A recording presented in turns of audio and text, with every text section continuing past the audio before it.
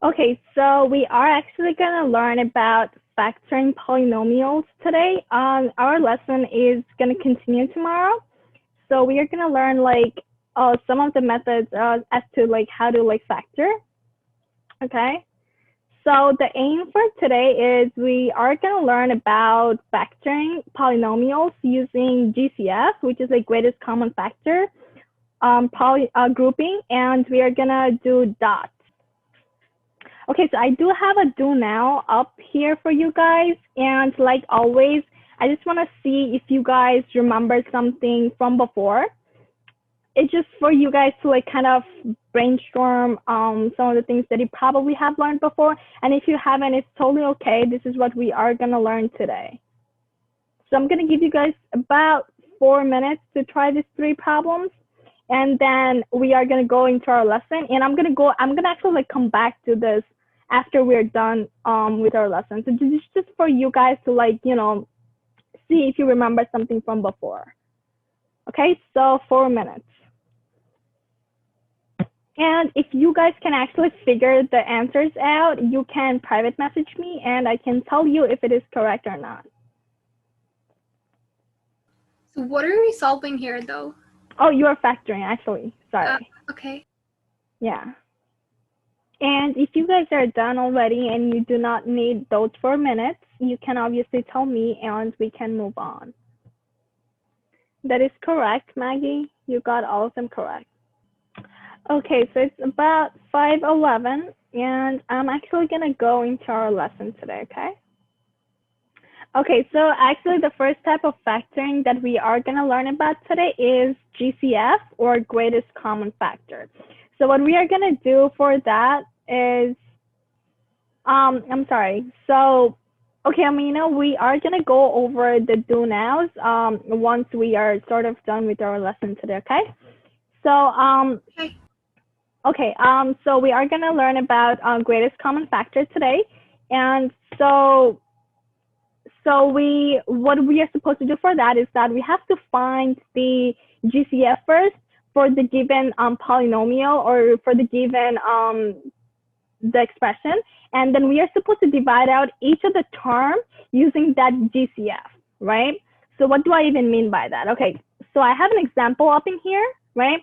So this was actually this was actually the one that you guys did for the do now. So for this one, yeah, so for this one, you have to figure out the GCF first, right? So what is the greatest common factor that go into both of these terms given in here, right? So you have to find out a term or like a factor that goes into both of this, right? So essentially 9 and 7, they do not have anything in common, right? No common factors, but they do have a variable with them, even though they are with different exponents, that they do have a common variable. So K is actually the term, the common term that goes both into these terms, right? So we are going to divide each of them using K. So our first term is 7K squared, and then we divide that by K, right? So 7K squared divided by K is essentially 7K, right? Because this one right here, this is like 7K times K. And then you can cancel out one of the K's from top and then the K from bottom, and then you are left with 7K. And that is just for your first term. For your second one, you have 9K. And if you divide this by K, you get just 9, right? Because the K and then the K, that cancel out. So you're just left with 9, right? So how do we then write it all together? You keep the greatest common factor outside, and then you... Hello to the person who just joined us. We just started our lesson. There was a do now we did before, but you don't have to worry about it, okay? So this is actually, so we just started to learn about GCF, which is the first part of our lesson today. So that is like a type of factoring. So GCF is essentially dividing the polynomial using the greatest common factor. So you have to divide each of the term using the common factor, okay? So just for the person who just joined, in this polynomial right here, rather binomial right here, the greatest common factor is K, right? Because K is the only thing that goes into both of them, both of the terms you have in here. So then I divide each of the term using k. So I divide the first term using k, and then I divide the second term using k, right? So the first time, if I divide that by k, I get 7k. And for the second term, if I divide that by k, I get 9. And then I write them together. So I wrote the greatest common factor outside the parentheses, and I wrote the two divided out terms inside. So these are essentially called the questions. So we put that inside the parentheses, and then the greatest common factor outside the parentheses, okay? Any questions, guys? No. Okay, then I want you guys to practice the two questions that I have at the bottom. I'm gonna give you guys 2 minutes to practice, answer those two questions, practice questions we have at the bottom. And like always, you guys can private message me the answers. That is correct for the first one, Amina. That is also correct for the second one, Amina. Good job. So I'm not actually asking you for the greatest common factor or anything. I'm asking you to write the factored form of that expression that you have at the bottom. Like factor out the expression in there. Okay, so I'm gonna go over with you guys, okay? So for the first question, what is the GCF? The GCF is essentially, so what is the greatest common factor, or like the largest monomial that go into both of this term? Well, we see a 2 in here, and there's like A and then B. Well, A and B, they're not the same thing, right? So A and B, they're not equal to each other. They're like 2 different variables. So 2 is like the largest monomial that go into both of these terms evenly, right? So now we divide each of the term using 2, right? So I'm gonna try to make a little space here. So 2a squared divided by 2 is essentially just a squared. So we put that in here.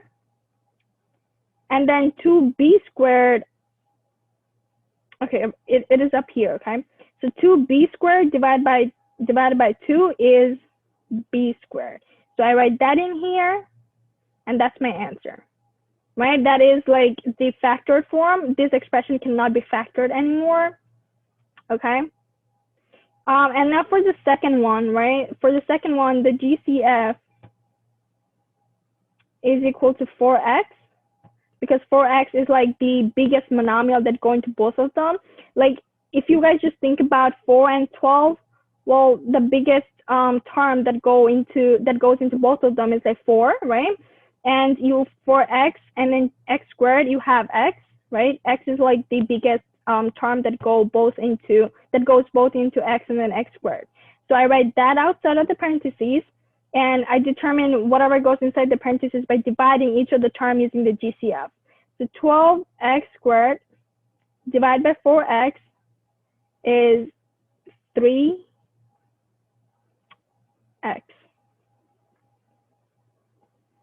And 4x divided by 4x is just 1, and that is your answer. It cannot be factored anymore. Well, for this one, we are gonna determine this. I told you guys that it can't be factored anymore, but for now, let's just keep it like there because we did not go into dots yet. But for greatest common factor, that is it, right? But it can actually be further factored. We are gonna learn about it a little later. Okay, so this is like, I have a little activity for you guys to do. So we are going to do a quiz together.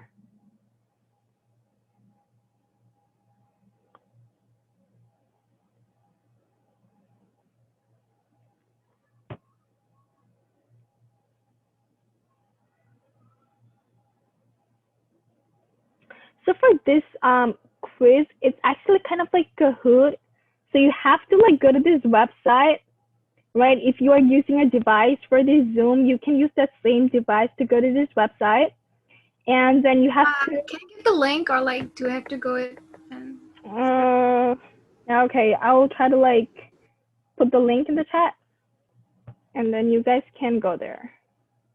There, the link to the quiz is like given down there, and you can go there, and you have to put in this code to actually join the quiz in there. Okay, we have Kim. Okay, Give me 1 more minute. I'm already there. sure, take your time. I'm assuming this is Sean, Kim. Great. I'm not sure if Maggie is still with us or if she left, but if you are still in the Zoom meeting, can you please join using the... Okay. I'm sorry, Maggie. It takes a lot of time loading. Oh, my bad, guys. This was probably not the best choice then. I thought you might be like, similar to Kahoot, and it was actually working when I tried to join. Yay, Maggie's here. Amina is here. There we go. Okay. So we are gonna get started.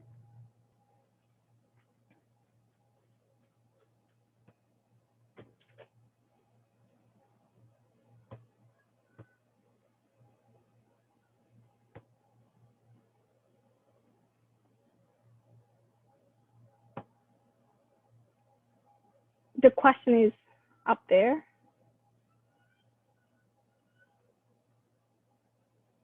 Okay, 2 of the 3 people responded.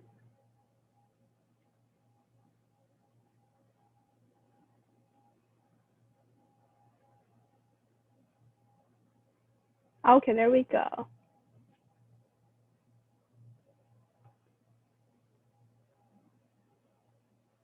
Yay, Amina is the first one. Then we have Kim, Sean, and then we have Maggie.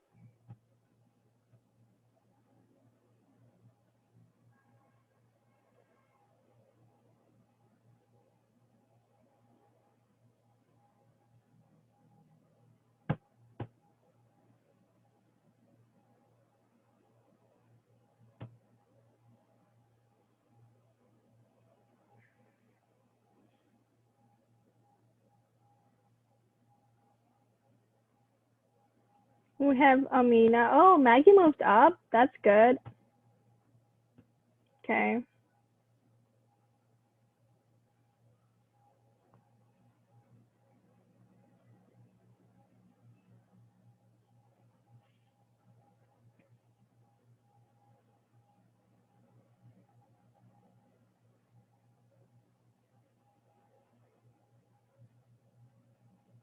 I just made a mistake.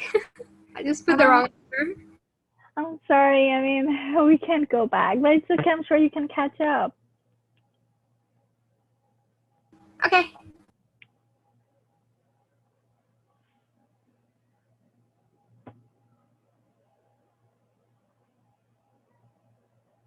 All right.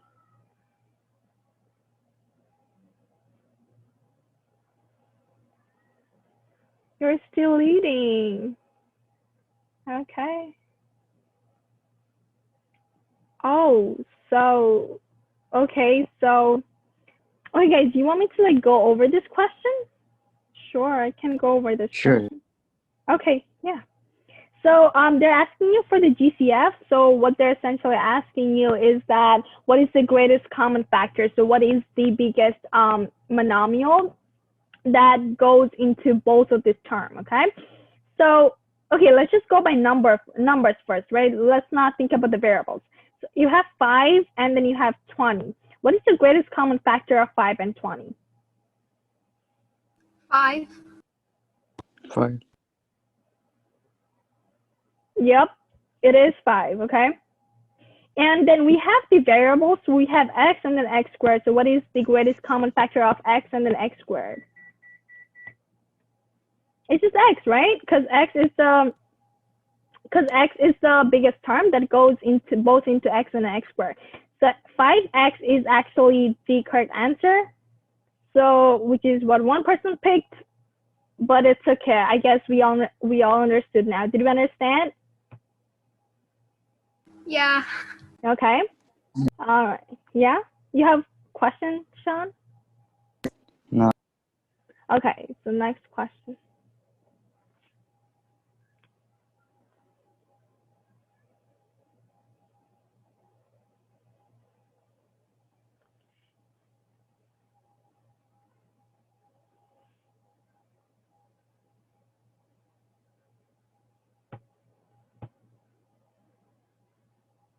Oh, Jim is here. Hi, Jim.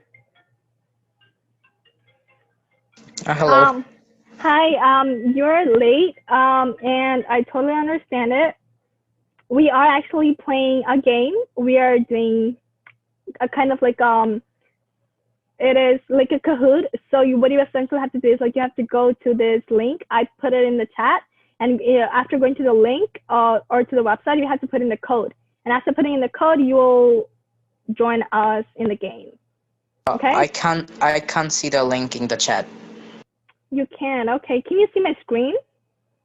Yeah. Actually, don't go to the link. It's just keep loading. Just go to the website. Quizzes. Yeah. The website is actually essentially up here.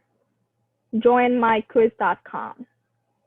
Oh, okay. So all of us got this one right, and I'm super happy that we did. We are gonna wait for Jim to join. Jim, are you able to? Were you able to join? It's taking me a little. Yeah. Go to the website. Don't go to the link. Okay, we are gonna move on, and then when Jim joins us, we are just gonna play with him.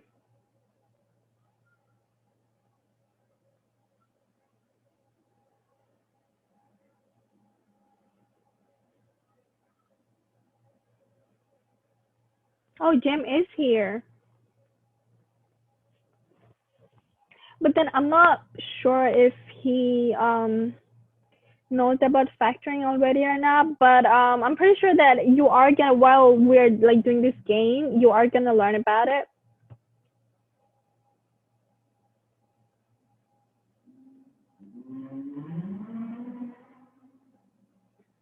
88 seconds, 86 seconds. Okay, one more person.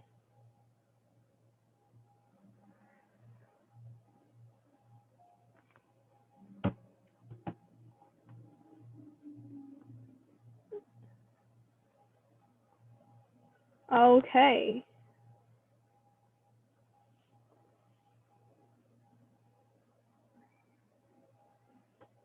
Okay, Amina is again leading. And okay, all right. Okay, so only 2 people got it right, and then the other 2 people didn't. Okay, guys. So we are gonna we are actually factor this binomial right here. So before it was actually asking us for the GCF, and now it went a step ahead, and now it's actually asking us to factor. So for the first step, to factor, you actually have to look for a common, greatest common factor, right? So you have to look for a term, right? The biggest monomial that goes evenly into both of these terms, right? So x squared and then 5x, right? So there's essentially a 1 in here, right? So what is the biggest number that goes in between 1 and then 5? Well, it's only 1, right? So just 1. And how about now the variables, right? We have x squared and then x. What is the biggest variable that goes into both of them? It's just x, right? So now we have to divide each of the terms. We have to divide each of this term using our GCF, which was just x, right? So x squared divided by x is just equal to x times x, because x squared is like x times x, and you divide it by x, and now you can cancel out because you have the both variable in the denominator and numerator, and then you are left with just x. And if you divide this term using the GCF, 5x divided by x is just equal to what? 5, right? So now you write all this together. You write the GCF outside of the parentheses, and you write the first question you have here, which is x, and then you write the second one plus 5. This is your, I'm sorry, this was a minus. This is your final answer, which is what only 2 people picked. So now we are gonna do probably 2 more questions.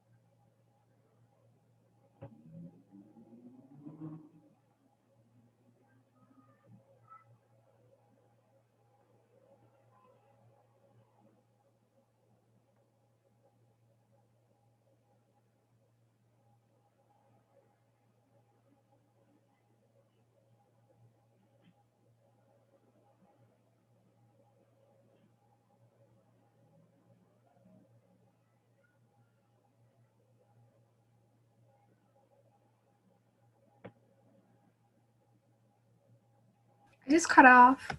Yeah, I realized. We are gonna do like 2 more questions, so I'm not sure if you can still join the website easily, right?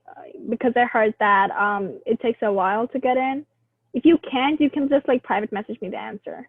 Or you could. Yeah, I just doing it. Okay.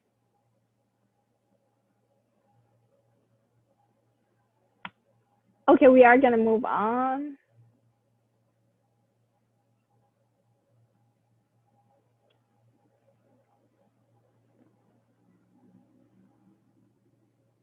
Oh, yes. Okay. So, all right. So 3 people actually got it right. And then actually I did not let Jim respond to the question. So I'm going to actually show you guys how to do it again. So you have to find the GCF. So GCF of 10, X, and 15. 15 doesn't have a variable, right? So you do not have a variable in common between the 2 terms that you have in here. So the GCF is just going to be a number. So what is the greatest common factor of 10 and 15? It is going to be 5, right? 5 is the number that goes both in 15 and in 10, and this is like the greatest number that goes both in them. So now we divide each of this term using 5. So 10x divided by 5 gives you 2x, and 15 divided by 5 gives you 3, and we write all of these 3 together, right? So we write the GCF outside of the parentheses, and we write the questions of the terms inside. So 2x, and the sign in here is positive. So plus 3. That's the final answer. What 3 of you picked? We are going to do one last question.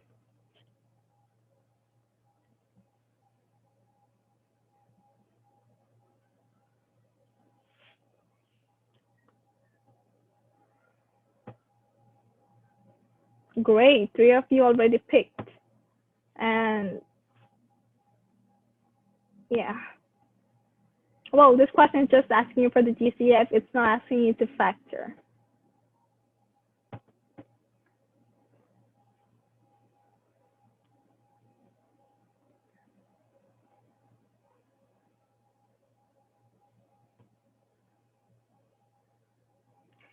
Okay, so we are gonna move on.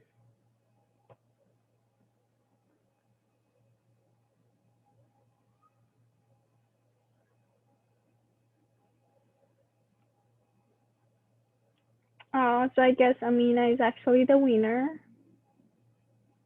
Okay, so for this one, it's asking you for the GCF. So what is the greatest common factor that goes evenly in all 3 of them? You have to remember there are like 3 terms in here, right? So you have to make sure whatever GCF you pick, that goes evenly into all 3 of them. Oh, it's okay, Jim. I hope you can still like see whatever I'm doing through my screen, and you can at least understand it, okay? So so at first let's look at the coefficient, right? So we have 2, we have 4, we have 8. So what is the greatest number that goes evenly in all 3 of them? Well, all I can think of is like 2, right? Because 2 goes into 2, 2 goes into 4, and then 2 goes into 8. And that is actually the greatest number that divides evenly into all 3 of them. But how about the variable? Well, I don't see any variable attached to 8. So I can't pick a variable, because in order for me to pick a variable for the GCF, all the terms in the given expression will have to have it, right? So if all the terms don't have it, then you can't pick the variable as your GCF. So 2 is hence the correct answer, okay? All right, good job, guys. I hope you guys were able to understand a little bit better. So we are gonna go back to our lesson. So I do have a video for you guys in here, right? You can watch the videos of how to like factor using GCF. It is a very comprehensive and easy to follow video, right? So if you feel like I was a little bit quick, or there were some parts that you are still confused with, watch the video, okay? I did have another source for practice, but we're not gonna go into this. You guys can use this source for self-practice. They will give you the answer, okay? So you guys can use it for your own practice. Okay, the second type of factoring that we are going to learn about today is dot. Okay, so dot is an acronym. It stands for difference of two squares. Okay, so what does that even mean, right? So I do have like a definition in here, but I feel if I can tell you guys with an example, that will be much better. With the definition actually states, so differences, so like you have to have a different kind of expression for this. So these are like some sort of like special expressions. So in this sort of like special expressions, you'll have like two perfect squares that are like separated by subtraction, right? So you have to have like those like different kind of expressions. You see how in this one you have a first expression, a first term, and you have a second term, and they're separated by subtraction. Remember, this is the key thing. You have to have the terms. You can only have like two terms, and the terms will have to be subtracted from each other. Okay. And then you see how like these are like perfect squares. What do I even mean by that? So y squared is actually y times y, right? This is called a perfect square. Perfect square is like when you multiply a number twice, then you get like the square, the perfect square of that number, right? So then you have 64. So what is the perfect square? What are the perfect squares of 64? Well, you have 8.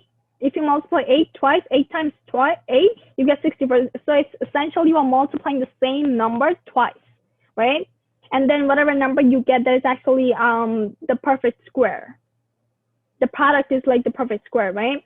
So you can only have like two perfect squares subtracted from each other, right? If you are given one of these kind of special expressions, you can then do something with it. So what you can do is like you have to take the square root. You have to take the square root of each of the terms. So what is the square root of y squared? What is the square root of y squared? No, we don't know. Okay, so y squared is, the square root of y squared is actually y. You guys know why this is y? Okay, here, look. What is square root actually? Square root is actually, you are like trying to figure out what was that number that you multiplied twice to get that product, to get that perfect square. Well, there is actually a fancier exponent that you can write for square root, but we're gonna go there later. For now, you just know that if you are square rooting a number or a variable, you're trying to figure out what was that number or variable that you multiplied twice to get that product. So for y, you multiplied y times y, right, to get y squared, right? So y was the number that you multiplied twice. So if you radicalize this, right, so if you do radical y squared or square root y squared, you get y, just plain y, right? So you had that here. So radical is actually easier when you are given in terms of number instead of like variables. So let's look at this one, right? Square root of 64. So radical 64 or square root 64 is actually 8. Because what was that number that you multiplied twice to get 64? You multiplied 8 twice, right? So if you multiply 8 twice, you get 64. There are actually a list of perfect squares that you guys should be aware of. So like 4, that is like 2 times 2 gives you 4. And you have like 5 times 5 gives you 25. So like such kind of numbers, right? Where you multiply the same number twice to get the product. So if you guys remember that, it gets a little bit easier to see these special expressions and then to kind of like factor them. So then if you are actually writing the final answer, what you have to do is that obviously parentheses, because that is one of the like, basic writing styles for when you do factoring. So bring up parentheses, and what you have to do is like, there are like 2 factors you are going to get. So start off with the first one that you wrote in there, right? So the first one we got was y. The first factor that we got was y. And then the second one, when we did radical 64, we got 8. So you do 2 parentheses with the same identical number, right? Or variable. And then in the first one, you put plus, in the second one, you put minus. That's it. That's the final answer. Okay. Any questions, guys? Do we have any questions? Sorry.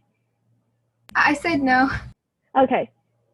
And guys, if you have any questions, private message me, public message me. I do not care. We have Mehreen in here who is also here to help you. So while I'm teaching, if you do not understand something, I can send you two into a breakout room, and then she can help you guys out, okay? So then if you guys do not have any questions, I want you guys to practice this too. Oh, okay, Amina is already done. Impressive. Okay, guys, practice this too. I'm going to give you guys 2 minutes to practice these 2 problems. Good job, Amina. Both of them are correct.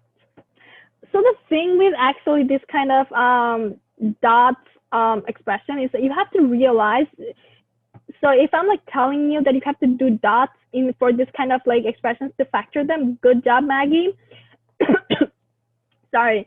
Then it gets easier for you. But if you are left out on your own to kind of like determine if this is a dot expression and you have to like factor out in this kind of way, then it gets a little tricky. But for that, remember guys, if you know your perfect squares, it gets much easier, right? If you see like a perfect square like subtracted from something, chances are it's a difference of 2 perfect squares, and you know how to factor that. Good job, Maggie. You got the second one right as well. Okay, so I'm gonna go over this.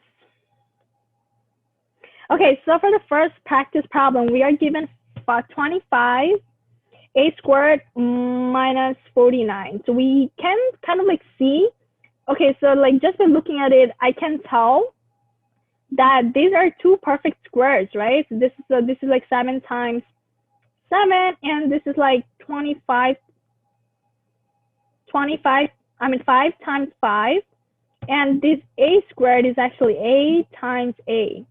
Right, so I broke down all my perfect squares in there, right? Because I can just see that if I multiply this number twice, I get 25, and multiply this number twice, I get 49. And if I multiply this variable twice, I get a squared. So I saw all of my perfect squares in there. Okay, perfect. So now I need to do 2 bubbles, right? Parentheses. So I have to write my first, the term that I was given, right? So from there, the first perfect square that I saw was 25. And if I square root that number, I got 5, which I wrote in there. So I'm going to write 5 in here. And I had a squared. So if I do radical a squared, I got a. So I'm going to write that there. And the second one that I have is 49. And radical 49 is actually 7, which is what I wrote in there. So, and then I'm going to put that. And I have to put the exact same thing in the second parenthesis. And one is plus, the other one is minus. So the key thing is figuring out what the square root of each of the term is, right? I was able to figure that out. And once you figure that out, you just pick one of the 2 numbers that you see. Like this, if you have the same number, right? Because if we're going to have the same number, then you just pick only one of them, write the expression, put plus, minus, that's it, done. Now let's go to this one. You have 16 and you have k squared. 16 and k squared, they're both perfect squares, right? 16 is 4 times 4 and k squared is k times k, right? So then I'm gonna make 2 parentheses. So in the first one, I have 4. Remember whatever the first term is, you have to put the factor of that term, right, in the first parentheses, and also as the first term in the second parentheses. When you put k, you put k plus minus. That's it. That's your answer. Okay. I hope that made some sort of sense to you guys. If not, I can always help you guys out if you guys have any questions. Okay, so I do have another video for you guys in here. Just, if you feel like I was not explaining it well, or if there's like any kind of confusion or anything, watch this video. I'm not going to play it for you in the Zoom session. I do have some practice problems for you guys to practice. All right, guys, do the first one, the first problem. I'm going to give you guys a minute to do that. Factor the first problem.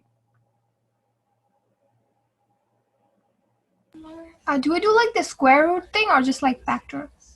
You factor that, but remember, in order for you to factor difference of 2 perfect square, you have to square root each of the terms. Or if you can just figure out what was that number or variable that you multiplied twice, then you don't have to like square root that. Like if you can do that in your brain instead of like actually square rooting it, then do that. Yes, Maggie, that is correct. That is also correct for the second one. And do the third one. That is correct, Amina. Try to do the second one then. Okay, so let's go over the first question that we have in here. Maggie, that is, Amina, that is correct for the second one. Maggie, that is correct for the third one. Okay, so for the first problem, we have x squared minus 100. These are like perfect squares, because why? Because x squared can be written as x times x, right? And 100 can be written as 10 times 10. So you see how like they're like, you know, you multiply the same number twice to get 100, and you multiply the same variable twice to get x squared, right? If you guys don't see it like that, you can always like radicalize it. So like radical x squared is equal to x, and then radical 100 is equal to 10. Actually, the thing in here, I'm gonna tell you guys this later. Okay, so now we do x plus 10 and x minus 10, right? You have x, you have 10, 10, one is plus, another one is minus. This is your positive factor, and this is your negative factor. Now for the second problem, I saw Maggie and Amina doing the second problem, so I'm gonna go over the second problem. I see 25x squared, that is a perfect square, and I see 1. 1 is always a perfect square, you know, it is a perfect square, it's a perfect cube, because it doesn't matter what power you raise 1 to, like as long as it's a positive power, it doesn't matter what power you raise 1 to, you're gonna end up getting 1. So 25x squared is essentially 5x times 5x, right? And 1 is just 1 times 1. It doesn't matter how many times you write it, you are gonna end up getting 1. So I'm gonna formulate my two parentheses, 5x plus 1 minus 1. That's my answer. That's my answer. Okay, so and then for problem number 3, you have 4x squared. This is a perfect square. 9y squared, that is not a perfect square. Wow. So 4x squared is essentially 4x times, 4x squared is actually 2x times 2x. Because again, 4 is actually 2 times 2 gives you 4 if you are looking for the perfect square. And for 9, you know that 3 times 3 gives you 9, and y squared is actually y times y. So now I'm going to do my two parentheses. I'm going to write 2x here. And I'm going to write 2x again in here. And then I'm going to write 3y. I'm going to write 3y. One is plus, another one is minus. There are so many babies on the website. Okay, so yeah, that is your final answer, okay? All right, so we are going to go back to our here. So we have one more type of factoring we have to learn for today, and then we are done, okay? So we are going to learn about trinomial expression and how to factor them. So for the first day, as in like today of our factoring lesson, we are going to learn like to factor trinomials with where a is 1. So what that means is like your first term, right? So your leading coefficient is just going to be 1. You're not going to have any kind of like number in front of the variable, right? If you have a number in front of the variable, it gets a little bit tricky. We're going to go there later, but then for today, we're just going to have trinomial expressions with the leading coefficient 1, okay? So to factor trinomial expression, what you have to do is like, you see how there are like 3 terms in here, right? So you have to figure out, so you are going to have like 2 parentheses, right? Like always, for the most part, right? You're going to have 2 parentheses, and you'll have to figure out that what are the 2 numbers, right? It's kind of like those trial and error kind of thingy. What are the 2 numbers that are going to add to -7 and that you can multiply and get -18? right? So what you have to do is like, you have to put the variable in the first spot, okay? So we are gonna put the variable, which is k, and then k, right? I did that here. And then we are gonna bring the middle sign down to the first parenthesis. So the middle sign in here is actually this. We're gonna bring that into our first parenthesis, okay? This is more like a step-by-step like process, but eventually it's gonna get a lot easier if you can figure out what are the two numbers that are gonna add to the middle number and that will multiply to this number. Like if you multiply those two numbers, you'll get this as a product. If you can figure that out, it gets it's gonna get a lot smoother in the process, right? But this is just like a step-by-step process for you guys to like learn it, right? So you're gonna bring the middle sign into the first parentheses, right? You do that, and then you multiply the signs to get the next one. So you multiply minus times minus, or like negative times negative gives you what? Negative times negative gives you positive, right? So you get positive, so then you bring the positive into the second parenthesis, right? So now you already have like two variables as your first term, and you have like two signs, and now you're gonna need your last term, right? Your last terms for both of the parentheses, okay? So now here is where it comes, okay? So you have to find out the number that multiplies to this and adds to this.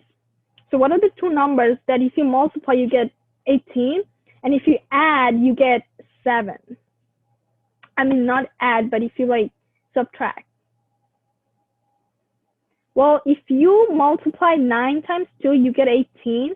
And if you subtract 2 from 9, so then that's actually, I'm asking you to do this, you get negative 7. And if you multiply 2 times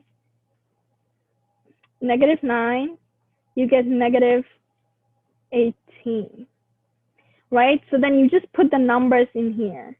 So you can, so like the bigger number actually goes into the first parenthesis. So the bigger number in here is like 9. So this one goes here, and the smaller number goes in the second parenthesis, like that. Okay, I know, like I explained it to you guys in a more complicated way than it should have been. Okay, so let's just like try like a practice problem or something, and in the process of like explaining it to you guys, I'm gonna break it down further for you guys, okay? But do you guys have any questions so far? No? Okay. So we do have a practice problem, some practice problems in here.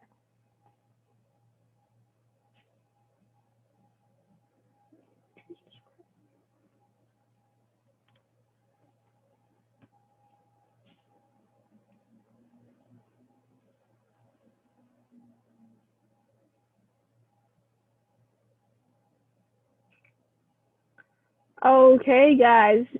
So what I'm essentially asking you guys to is to like factor this right here. And there's a timer up here which actually gives you a minute.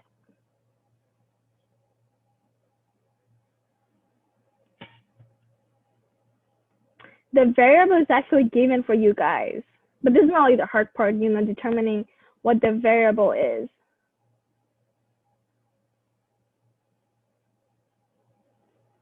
You guys can private message me the answer.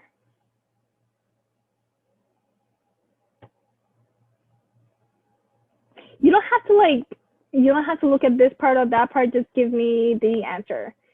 So you said like 9 and 6. 9 and 6. Okay, okay, let me instead of okay. So you are asked to like factor this, right? So factor this right here.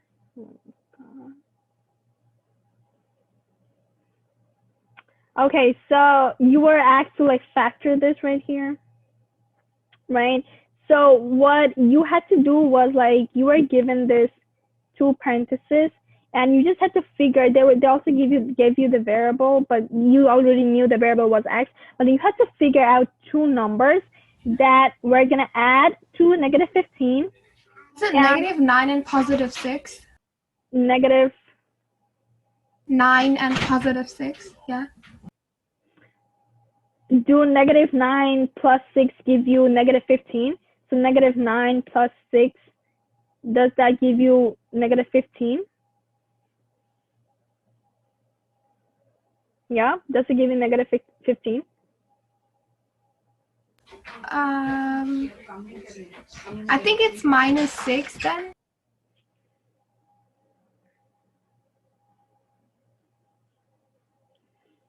That is correct. Okay.